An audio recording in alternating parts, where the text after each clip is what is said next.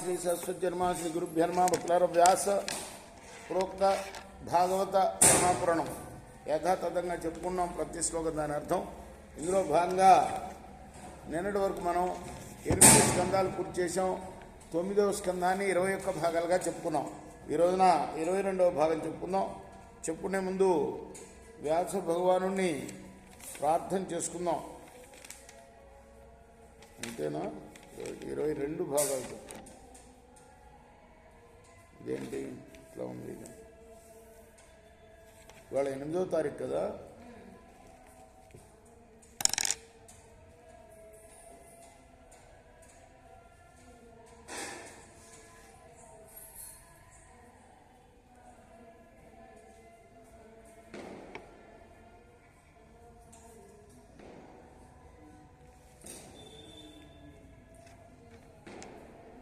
ముందుగా వ్యాస భగవాన్ ప్రార్థన చేసుకొని వ్యాసాయ విష్ణురూపాయ వ్యాసరూపాయ విష్ణవే నమో వై బ్రహ్మణదేయ వాసిష్ఠాయ నమో నమః. ఆంజనేయం మహావీరం బ్రహ్మవిష్ణు శివాత్మకం కరుణార్క ప్రభంశాంతం ఆంజనేయం నమామ్యం. సదా నింబవృక్షస్య మూలాధివాసాత్ సుధాశ్రావిణంతిక్తమప్యప్రియంతం తరుం కల్పవృక్షాదికం సాధయంతం నమామీశ్వరం సద్గురుం సాయినాథం.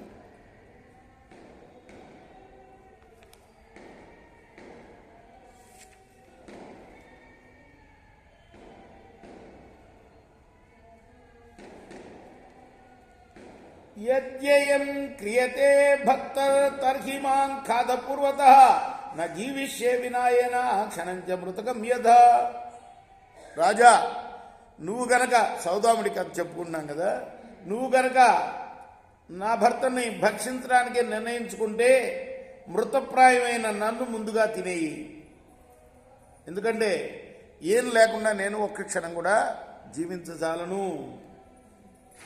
ఏవం కరుణ భాషిణ్యా విలపంచానాథవత్ వ్యాఘ్ర పశు వివాహ కాదత్ సౌదాస శాపమోహిత. ఈ విధంగా ఆ బ్రాహ్మణుడి యొక్క భార్య దిక్కులేని దానిలాగా దయనీయంగా విలపిస్తున్నప్పటికీ ఆమె గోడును ఏమాత్రం పట్టించుకోకుండా శాపగ్రస్తుడైన ఆ సౌదాసుడు ఒక పెద్ద పులి పశువుని ఆరగించినట్లుగా ఆ బ్రాహ్మణుడిని తినేశాడు. బ్రాహ్మణీ వీక్ష దిదిషు పురుషాదేన భక్షితం శోచంచాత్మనం ఉర్వీశం అసపత్ కుపితాసతి. అప్పుడు తనకు సంతానం ప్రసాదించడానికి పూనుకొన్న తన పత్ని రాక్షసుడు భక్షించడం చూచి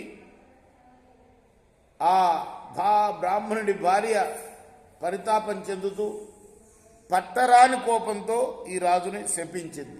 ఏమని? ఒరి యస్మాన్నే భక్షితో పాప కామార్తాయ పతిస్త్వయ తవాపి మృత్యురాధానాద్ అకృత ప్రజ్ఞ దర్శిత. కామార్తురాలైన నాతో సంగమిస్తున్న నా భర్తను నువ్వు తినేశావు కాబట్టి నువ్వు నీ భార్యతో సంగమించడానికి పూనుకున్నప్పుడు నువ్వు చస్తావు అని శపించేసింది. విప్రశాపం కదా. ఏవం మిత్ర సహంసత్వా పతిలోకపరాయణ తతస్థీని సమిద్ధాగ్నో ప్రాస్య భర్తుర్గతిం గత. ఈ విధంగా మిత్రసహుని అంటే ఆ సౌదాముడని, మిత్రసహుడు అసలు పేరు సౌదాముడు, శపించిన ఆ విప్రస్త్రీ తన పతిని చేరకోరినదై అగ్ని ప్రవేశం అయింది. అంటే సహగమనం చేసింది. భర్త చనిపోయాడు కాబట్టి తను కూడా అగ్నిని చితి పేర్చుకొని చనిపోయింది ఆమె కూడా. విశాపో ద్వాదశాబ్దాంతే మైథునాయ సమంజస విజ్ఞాయ బ్రాహ్మణీ శాపం మహిషాసని భారత. అంతకుముందే వశిష్ఠుల వారు శపించారు మాంసం 13 రోజులు పెట్టినందుకు. అది కూడా ఆయన తప్పు కాదు. 12 సంవత్సరాలు అయిపోయినాయి. మరి ఈయన రాజు అయిపోయాడు మళ్ళీ. కానీ బ్రాహ్మణ స్త్రీ శాపం మళ్ళీ వర్తించి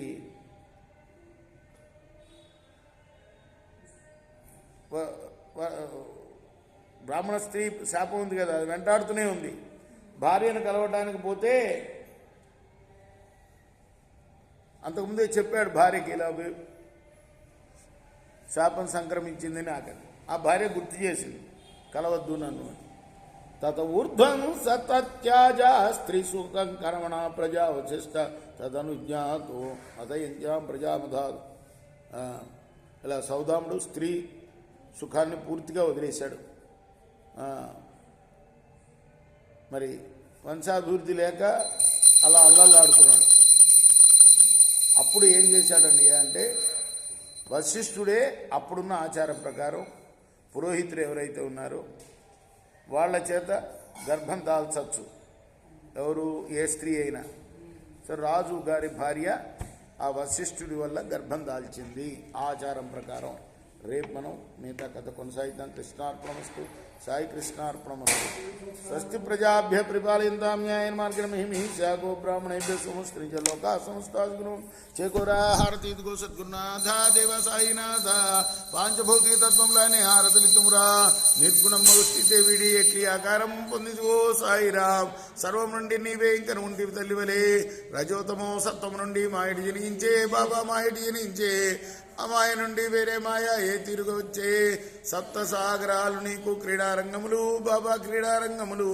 నీ లీలాతల విస్తారణకే విశ్వం సృష్ట్యాయే. బ్రహ్మాండముల రచన మాకు ఎలా చూపేవు బాబా ఎలా చూపేవు.